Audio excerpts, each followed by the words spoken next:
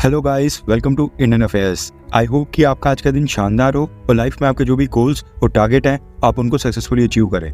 बढ़ते हैं पिछले 24 घंटों की सबसे इंपॉर्टेंट टॉप 10 अपडेट्स की तरफ। आज की सबसे पहली अपडेट आ रही है फॉरेन कंट्रीज में हाई स्टडीज करने के लिए गए भारत के स्टूडेंट्स को लेकर। दरअसल पिछले कल सरकार ने एक डेटा जारी किया है जिसमें बताया गया है कि इस समय भारत के 13,35,000 से ज्यादा स्टूडेंट्स हाई स्टडीज करने के लिए दुनिया के दूसरे देशों में गए हुए हैं। ये सारे 13,35,000 स्टूडेंट्स दुनिया के 108 देशों में फैले हैं। सबसे ज्यादा कनाडा में 4,27,000 स्टूडेंट हैं और उसके बाद अमेरिका में 3,37,630 स्टूडेंट्स हैं। अभी डेटा इंटरेस्टिंग इसलिए हो जाता है क्योंकि इस समय भारत के 14 स्टूडेंट्स हैं जो कि पाकिस्तान में हाई स्टडीज करने के लिए गए हैं, यानी कि स्टूडेंट वीजा के ऊपर 14 भारतीय इस समय पाकिस्तान के अंदर है।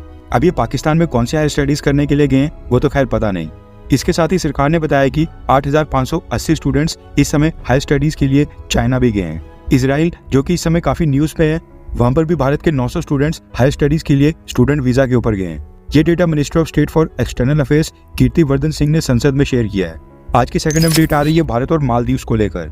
लगता है कि मोदी सरकार मालदीव्स के ऊपर अब काफी मेहरबान हो रही है, या फिर ये कह लो कि मालदीव्स के ऊपर काफी नरमी बरती जा रही है। पिछले कल हम डिस्कस कर रहे थे कि विदेश मंत्री डॉक्टर एस जयशंकर सर इसी महीने अगस्त में मालदीव्स की विजिट के ऊपर जाएंगे, और अब खबर निकल कर आ रही है कि भारत सरकार ने मालदीव्स को सामान एक्सपोर्ट करने के लिए भारत के 2 और पोर्ट्स को नोटिफाई कर दिया है। दरअसल मालदीव्स को एसेंशियल आइटम्स और रिस्ट्रिक्टेड आइटम्स के एक्सपोर्ट के लिए भारत सरकार ने कुछ ही पोर्ट्स को परमिशन दी थी। Mundra port, Tuticorin port, ICD Tughlakabad port और नवा शेवा पोर्ट।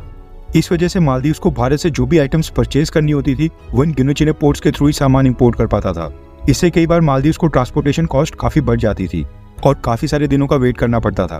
लेकिन अब मालदीव्स को भारत सरकार ने गुड न्यूज दे दी है। परमिटेड पोर्ट्स की लिस्ट में भारत सरकार ने गुजरात के कांडला पोर्ट और आंध्र प्रदेश के विशाखापट्टनम पोर्ट को भी ऐड कर लिया है। अब इन दोनों पोर्ट से होते हुए भी एसेंशियल आइटम्स मालदीव्स को एक्सपोर्ट हो सकेंगी। हालांकि इस समय मोदी सरकार ने फिलहाल के लिए फैसला साल 2024 से 25 के लिए लिया है, यानी कि ये परमिशन 2025 के मार्च महीने तक की है एंड इसको आगे बढ़ाना है या फिर नहीं ये अगले साल दोबारा से तय किया जाएगा। अगर मालदीव से भारत के रिश्ते अच्छे चलते रहे तो दोबारा से एक्सटेंड हो जाएगा, वरना नहीं। आज की थर्ड अपडेट आ रही है भारत और लेबनान को लेकर। सबसे पहले आप देखिए कि लेबनान है कहां पर। लेबनान इजराइल के ठीक साथ में सिचुएटेड है और यहाँ पर जो हिजबुल्लाह आतंकी संगठन है, इजराइल ने इसके ऊपर मिलिट्री स्ट्राइक्स करना स्टार्ट कर दिया है। और खास बात यह है कि इजराइल कोई रिमोट एरियाज में नहीं बल्कि लेबनान की राजधानी, लेबनान की कैपिटल सिटी बेरूत में ही हिजबुल्लाह के ठिकानों के ऊपर स्ट्राइक्स कर रहा है।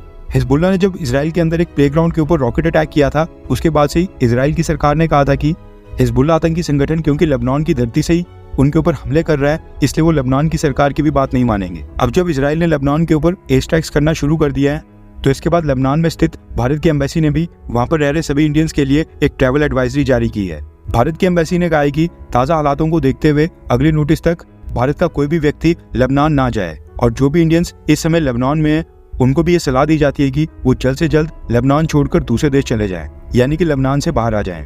इसके अलावा जिन भी भारतीय लोगों को किसी भी कारण से लेबनान के अंदर ही रहना पड़ रहा है, यानी कि जिन लोगों की कोई मजबूरी है, वो इंडियन एम्बेसी को कांटेक्ट करके भारत की एम्बेसी के साथ अपनी सारी कांटेक्ट डिटेल्स और लोकेशन को शेयर करें। आज की फोर्थ अपडेट आ रही है इजराइल और ईरान को लेकर।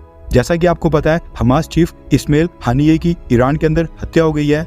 अब इसको लेकर एक बड़ा खुलासा हुआ है। इस्माइल ईरान के अंदर नए प्रेसिडेंट के शपथ ग्रहण समारोह में हिस्सा लेने के लिए गया था। दुनिया के कई देशों के रिप्रेजेंटेटिव्स ईरान पहुंचे थे और भारत सरकार ने भी अपनी तरफ से नितिन गडकरी सर को भेजा था। और एक समय के ऊपर जब ग्रुप फोटोज क्लिक की जा रही थी, उस समय तो नितिन गडकरी सर और हमास चीफ इस्माइल हानिये ये दोनों एक ही मंच के ऊपर एक साथ खड़े थे। हमास चीफ की हत्या को लेकर न्यूज निकल कर आ रही है कि इस्माइल हानिये जिस बिल्डिंग के जिस रूम में रुके थे, जहां पर उसके सोने और आराम करने का इंतजाम किया गया था, वहां पर एक एक्सप्लोजिव डिवाइस पहले से प्लांट की गई थी। अभी बिल्डिंग एक तरह से गेस्ट हाउस थी और न्यूज निकल कर आ रही है कि 2 महीने पहले इस एक्सप्लोजिव डिवाइस को उसी रूम में प्लांट किया गया था जहां पर इस्माइल हानिये रुका था। एक्सप्लोजिव डिवाइस, जिसको हम बॉम्ब भी कह सकते हैं, ये रिमोटली डेटोनेट किया गया था, यानी कि बाहर किसी लोकेशन से एक बटन दबाकर गेस्ट हाउस का वो रूम जहां पर हमास का चीफ इस्माइल हानिये रुका था वो पूरी तरह से ब्लास्ट हो गया था। मानना पड़ेगा इजराइल को भी। इस पूरी बिल्डिंग की सिक्योरिटी ईरान के रेवोल्यूशनरी गार्ड कर रहे थे, फिर भी प्रॉपर प्लानिंग प्लॉटिंग करके हमास चीफ को 72 उनके पास पहुंचा दिया। और खास बात यह है कि एक्सप्लोजिव डिवाइस 2 महीने पहले ही प्लांट की गई थी। तभी तो इजराइल की इंटेलिजेंस एजेंसी मोसाद का इतना नाम है और इतनी तारीफ की जाती है। आज की फिफ्थ अपडेट आ रही है भारत और रशिया को लेकर। जैसा कि हमने पहले भी कई बार डिस्कस किया है कि भारत के कई सारे लोग रशियन आर्मी में भर्ती हो गए हैं और वो फ्रंट लाइन के ऊपर यूक्रेन के साथ लड़ रहे हैं। इसी को लेकर भारत सरकार ने जानकारी दी है कि उन्हें इस बात की जानकारी अभी तक नहीं है कि टोटल कितने भारतीय लोगों ने रशियन आर्मी को ज्वाइन किया है, यानी कि एग्जैक्ट फिगर भारतीय सरकार के पास भी नहीं है। सरकार ने कहा है कि लेकिन उनके पास ये जानकारी है कि उन सब में से 63 भारतीय रशियन आर्मी को छोड़कर भारत वापस आना चाहते हैं, जिन्होंने सरकार को कॉन्टैक्ट किया है। इसके अलावा 12 भारतीय व्यक्तियों को रशियन आर्मी छुड़वाकर भारत वापस ला लिया गया है, जबकि 8 भारतीय रशिया की तरफ से लड़ते हुए मारे भी जा चुके हैं, यानी कि अपनी जान गंवा चुके हैं। इसके साथ ही सरकार ने बताया कि रशिया की सरकार इन 8 भारतीय व्यक्तियों को मुआवजा भी देगी। अब जो 63 भारतीय रशियन आर्मी को छोड़कर भारत वापस आना चाहते हैं, उनको लेकर प्रधानमंत्री मोदी ने रशियन प्रेसिडेंट व्लादिमीर पुतिन के साथ मिलकर खुद ही रिक्वेस्ट की थी, लेकिन हैरानी वाली बात है कि अभी भी रशिया ने इनको रिलीज नहीं किया है। आज की 6th अपडेट आ रही है अमेरिका और भारत को लेकर। दरअसल न्यूज निकल कर आ रही है कि अमेरिका के भारत में एम्बेसडर एरिक गारसेती वापस अमेरिका जा रहे हैं। 26 महीनों तक भारत में यूएस एम्बेसडर की पोस्ट खाली रहने के बाद एरिक गारसेती को बाइडेन ने अपॉइंट किया था और वो जो बाइडेन की चॉइस थे, लेकिन अब क्योंकि जो बाइडेन प्रेसिडेंशियल इलेक्शंस नहीं लड़ रहे हैं, इसलिए एरिक गारसेती को वापस अमेरिका बुलाया जा रहा है और नई सरकार के गठन के बाद भारत में कोई और नया एम्बेसडर अपॉइंट किया जाएगा। अगर सोर्सेस की माने तो एरिक गारसेती यूएस प्रेसिडेंशियल इलेक्शन से कुछ ही हफ्ते पहले अमेरिका लौट जाएंगे। अमेरिका में प्रेसिडेंट पद के चुनाव 5 नवंबर को होने हैं। आज की 7th अपडेट आ रही है भारत, चाइना और वियतनाम को लेकर। दरअसल वियतनाम के प्राइम मिनिस्टर भारत के दौरे पर आए थे और इस बीच दोनों देशों के प्राइम मिनिस्टर ने आपस में मिलकर कई सारे बायलैटरल एग्रीमेंट्स भी साइन किए। भारत ने इसके साथ ही वियतनाम को $300 मिलियन की डिफेंस लाइन ऑफ क्रेडिट भी दी है। इसके साथ ही काफी सारी इंपॉर्टेंट घोषणा भी हुई और दोनों देशों ने आपसी संबंध और भी मजबूत करने के ऊपर प्रतिबद्धता जताई और सैन्य संबंधों को नेक्स्ट लेवल के ऊपर लेने की बात बोली। लेकिन इन सब में सबसे खास बात ये रही कि पिछले कल जो ज्वाइंट स्टेटमेंट दोनों देशों के बीच आई है, उसमें भारत ने साउथ चाइना सी के मुद्दे के ऊपर चाइना को टारगेट किया है। ज्वाइंट स्टेटमेंट में भारत ने कहा है कि साउथ चाइना सी में सभी मसलों का निपटारा बिना किसी सेना और फोर्स के इस्तेमाल किया होना चाहिए। साउथ चाइना सी में फ्रीडम ऑफ नेविगेशन और ओवरफ्लाइट होनी चाहिए और सभी आपसी मतभेदों का निपटारा इंटरनेशनल लॉ और 1982 united nation convention on the law of the sea के अकॉर्डिंग होना चाहिए।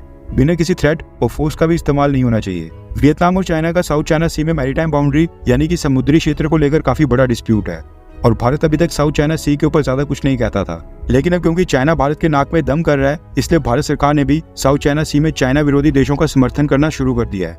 अब जो भारत ने $300 मिलियन की defence line of credit Vietnam को देने की घोषणा की है, अब इसके बाद वियतनाम भारत से ब्रह्मोस मिसाइल्स और बाकी कई प्रकार के हथियार परचेज करेगा, जो कि चाइना के खिलाफ ही इस्तेमाल होंगे। आज की 8th अपडेट आ रही है पेरिस ओलंपिक्स को लेकर। न्यूज निकल कर आ रही है कि भारत ने एक और ब्रॉन्ज मेडल जीत लिया है एंड अगेन ये मेडल भी शूटिंग में ही आया है। खास बात यह है कि मेडल जीतने वाले स्वप्निल कुसाले पुणे रेलवे डिवीजन में टीटी का काम करते हैं। अब इस मेडल के जीतने के बाद भारत के टोटल मेडल्स 3 हो गए हैं, लेकिन मेडल टैली में भारत 44th पोजीशन के ऊपर है। नंबर 1 के ऊपर है चाइना, नंबर 2 के ऊपर अमेरिका, नंबर 3 के ऊपर फ्रांस, नंबर 4 के ऊपर ऑस्ट्रेलिया, नंबर 5 के ऊपर जापान, नंबर 6 के ऊपर यूनाइटेड किंगडम यानी कि ब्रिटेन और नंबर 7 के ऊपर है साउथ कोरिया। आज की 9th अपडेट आ रही है टाटा की इलेक्ट्रिक व्हीकल्स को लेकर। न्यूज निकल कर आ रही है कि जुलाई महीने में टाटा की इलेक्ट्रिक कार्स की सेल्स में 21% का ड्रॉप आया है और ये लगातार चौथा महीना है जब टाटा की इलेक्ट्रिक कार्स की सेल्स में गिरावट आई है। टाटा की इलेक्ट्रिक कार सेल्स पिछले 18 महीनों में सबसे कम लेवल के ऊपर आ गई हैं। मसला ये है कि भारत में जो भी इलेक्ट्रिक कार्स का सेगमेंट है, उसमें टोटल जितने भी सेल्स होती हैं उसका 70% मार्केट शेयर अकेले टाटा के पास ही है, यानी कि सबसे ज्यादा इलेक्ट्रिक कार्स टाटा ही सेल करता है। इसलिए इलेक्ट्रिक कार सेगमेंट में टाटा का नीचे जाना मतलब कि भारत में पूरे का पूरा इलेक्ट्रिक कार्स का सेगमेंट ही नीचे आ रहा है। वैसे आपको क्या लगता है कि भारत के लोग इलेक्ट्रिक कार्स को क्यों नहीं परचेज कर रहे हैं? इसके पीछे क्या कारण हो सकता है? नीचे कमेंट करके अपनी राय जरूर बताएं। आज की 10th अपडेट आ रही है भारत और श्रीलंका को लेकर। न्यूज निकल कर आ रही है कि भारत की सरकार ने भारत में श्रीलंका के हाई कमिश्नर को समन करके विदेश मंत्रालय बुलाया था। न्यूज निकल कर आ रही है कि श्रीलंका नेवी के वेसल्स ने भारत के मछुआरों की बोट को टक्कर मारी थी, जिसमें एक भारतीय मछुआरे की जान चले गई, दूसरा पानी में डूब गया और अभी तक उसकी बॉडी नहीं मिली है, यानी कि वो मिसिंग चल रहा है। भारत के मछुआरों की बोट के ऊपर 4 मछुआरे थे, बाकी के 2 को श्रीलंका नेवी ने हिरासत में ले लिया है। भारत ने कहा है कि मछुआरों के केस में फोर्स का इस्तेमाल करना ये पूरी तरह से गलत है और इस तरह के केसेस में ह्यूमैनिटेरियन यानी कि मानवता को मद्देनजर रखते हुए सिचुएशन से डील करना चाहिए और भारत इस इंसिडेंट से सख्त नाराज है। आज के लिए बस इतना ही। जय हिंद, वंदे मातरम।